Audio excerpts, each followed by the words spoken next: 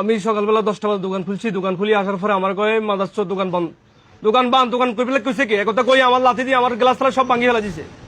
আমি তো কারো ক্ষতি করি নাই ভাই, আমি তো কারো ক্ষতি করি নাই। আজকে আমি 10 বছর আগে ব্যবসা করি, 10 বছর আগে দোকান করি, তাহলে আমি তো কারো ক্ষতি করি নাই, অন্যায় করি নাই। কারোর সাথে কেউ কেউ বলতে পারতো না আমি কারোর সাথে অন্যায় করছি, জুলুম করছি, কারো অত্যাচার করছি।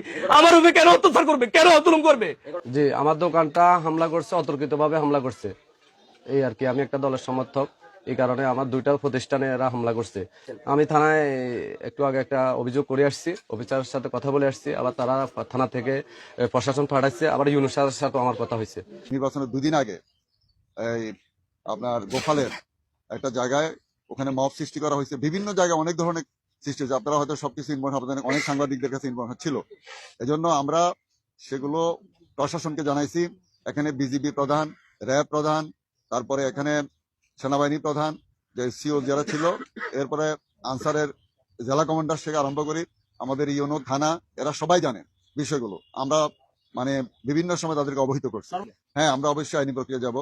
আমরা মামলা অলরেডি থানায় আমরা পাঠিয়ে দিচ্ছি, থানায় মামলা দেওয়ার জন্য। কিন্তু দুঃখের সাথে বলতে হচ্ছে আজকে সকালে ঘুম থেকে ওঠার পরেই আমরা যেটা জানতে পারলাম, আমার মুন্সিরহাটে আমার 5টা দোকানে আক্রমণ করা হয়েছে।